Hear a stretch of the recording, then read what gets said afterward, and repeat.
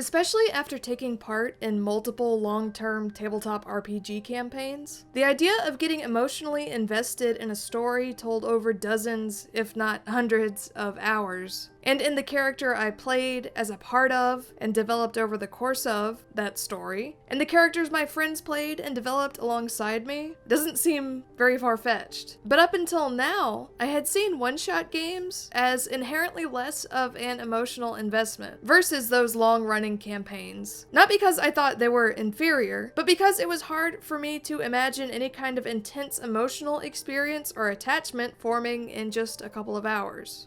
And I didn't think that the time limit totally prohibited that kind of attachment. I've gotten emotional watching movies that are only a couple hours long, as have most people. It just wasn't something I considered or had in mind when looking for new games to play one-shots of. Then I played 10 Candles. From the official description, 10 Candles is a tragic horror tabletop role-playing game based around cooperative storytelling. It is designed for one-shot sessions, and can be played with any number of players and one game master. Players take the roles of survivors in the middle of a sunless apocalypse, living out the last few hours of their characters' lives. The game master controls them, the unseen adversaries who stalk just beyond the light's edge. But this isn't a story about monsters. This is a story about what happens in the dark. What happens to those who fight against it, seek hope within it, and inevitably become consumed by it. I've played 10 Candles once. My friend Shelby, who you might know from Critical Bits, and yeah, sometimes I honk like a goose, was the GM. And Devin, I don't know if you can see Leica, he's biting me. And Kevin, you spend $50 or more on a timeshare, you will be good at sports. Wow!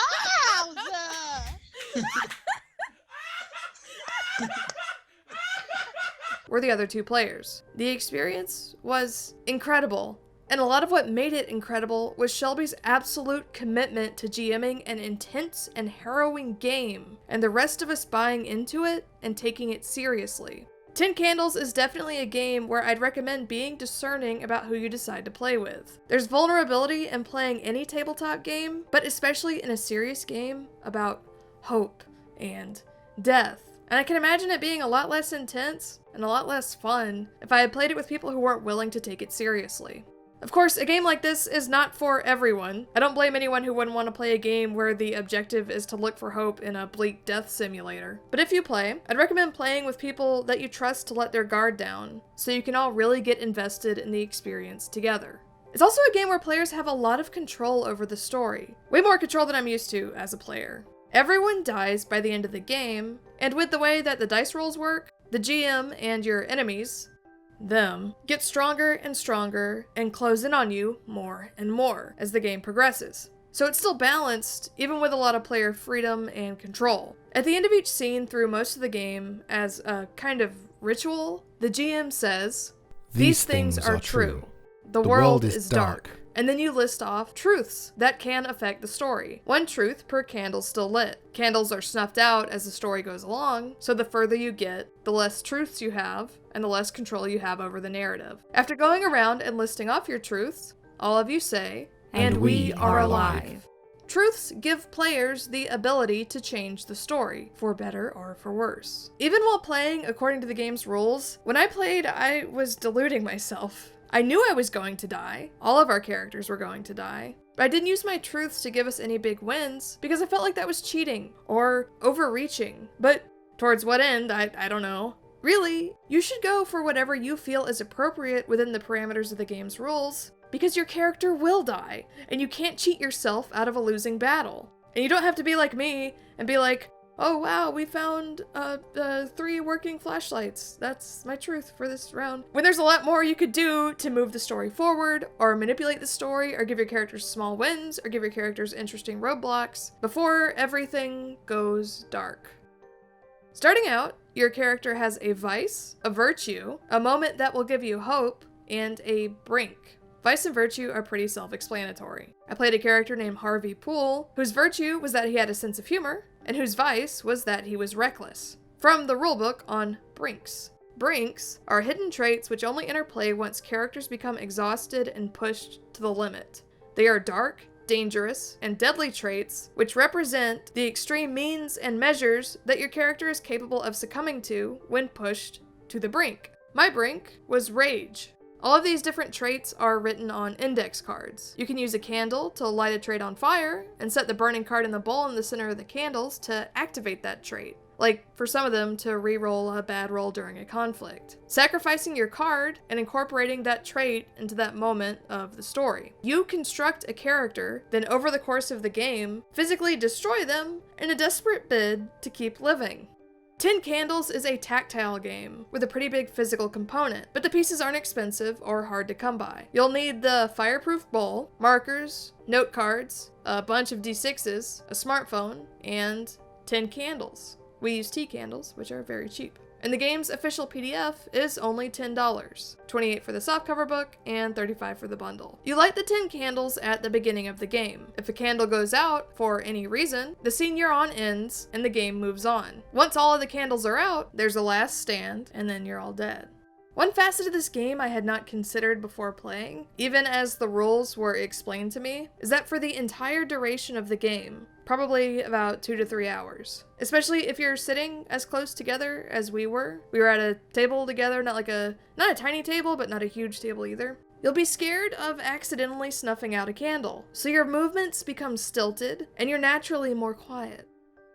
In life, and while playing games, I tend to laugh a lot, and the character I played, before pushed to his brink, was built to be kind of a comic relief character. So when joking, or laughing at something, or when frightened, or when trying to explain something using my hands, or even when playing the game according to its rules, and rolling dice, or snuffing out a candle, or burning one of my cards, I had to either turn away from the table or move very slowly and very deliberately. So the candles aren't just a dour gimmick. They limit what you can do physically in a way that adds a layer of tension and fear, of real-life physical restraint mimicking the terrified survivor you're playing. At least a couple of times, I would move without thinking, see a candle flicker, and freeze, scared I'd made a mistake that would cost our characters time, or their lives. And, of course, to make the candles more effective, you turn the lights out, and so you're huddled around a table in darkness, all underlit. And when we played, it was at a normal-sized table in a fairly large and open room. So we were huddled and quiet in what felt like a dark, empty expanse. I don't want to go too into detail about character creation or gameplay mechanics, because a lot of it came to me as a surprise as a player, and if you plan to play, not GM, it would probably be a better experience as a surprise for you too. For this video, I wanted to focus more on my experience, emotional and physical versus mechanics. There is an official instructional video that's only about 7 minutes long, and that also doesn't spoil a ton of gameplay surprises. That I'll link in the description if you want more elaboration there before buying the game. The game's website and the instructions mention over and over about finding hope, or not losing hope. But what is maybe more fitting for me as a player is the bit on the website that mentions trying to do something meaningful with your final few hours left. And while trying to do that, you're not only fighting against whatever monsters are coming after you, in character, for your life, overall for some kind of hope or meaning, with what they are varying from game to game. In our game, they were mimics, like in the film The Thing, whose hands would shudder as a giveaway that they weren't human, that they were monsters, pretending to be humans that maybe our characters knew.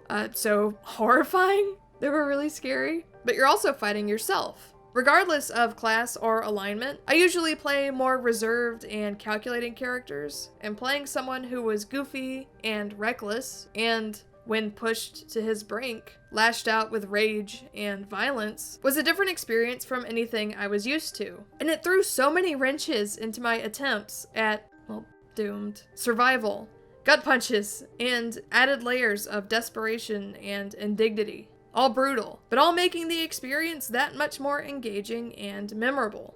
Cavalry Games, who publishes 10 Candles, has some basic accessibility information and information on accommodating triggers on their website, which is cool since I know this game would require some tooling for people who are visually impaired or who have certain triggers or anxieties. And the instructions include, of course, to anyone and everyone playing, the suggestion to be careful around fire. Fire is dangerous. Stephen Dewey, who wrote 10 Candles, and I guess runs Cavalry Games, I don't know if there are other people involved or not, has a Patreon, I'll link in the description as well. Also, I don't know him, as far as I know, I've never interacted with him or anyone connected to this game at all. I just liked it a lot, and I wanted to talk about it and what I liked about it and promote it. Playing risk-averse characters and just ending up lucky in the campaigns and one-shots I've been in. I've never actually died during a tabletop RPG outside of 10 Candles, apart from really recently when our GM Joel comically killed my one-shot charity stream character by flattening him with a giant ant. And it actually lands and crushes Michael. Which is pretty different from like a serious death or a dramatic death or anything like that. So being forced into a situation where I was invested in my character and the other characters I was playing with, and where I could not save myself by quick thinking or talking my way out of the situation or by just running away, like I usually do in tabletop games when I think my character is going to die. And like in real life, where death happens eventually no matter what you do, was a rough experience, but a rewarding one. This is a game that I loved, and that I cannot recommend enough, with the caveat that it will probably get under your skin more than you would expect, and that kind of physically immersive and emotionally devastating experience may not be for everyone. But I thought it was both pretty spooky and pretty cool. Thanks to Jack and Rebecca Parks from Autosave TV for the voiceover for this video. We just did a big charity stream event, and Jack and Peebs hosted several Peebs Reads segments in between our game streams that were really fun, and I appreciate them helping out. Links to their stuff in the description. As for my work, I have a Ko-fi and a Patreon if you'd like to support me on either of those. If you're interested in more of my tabletop work, I have another video essay about tabletop and why D&D is so great, and I'm also on an actual play podcast called Critical Bits, so you can check all of that out, and thank you for watching!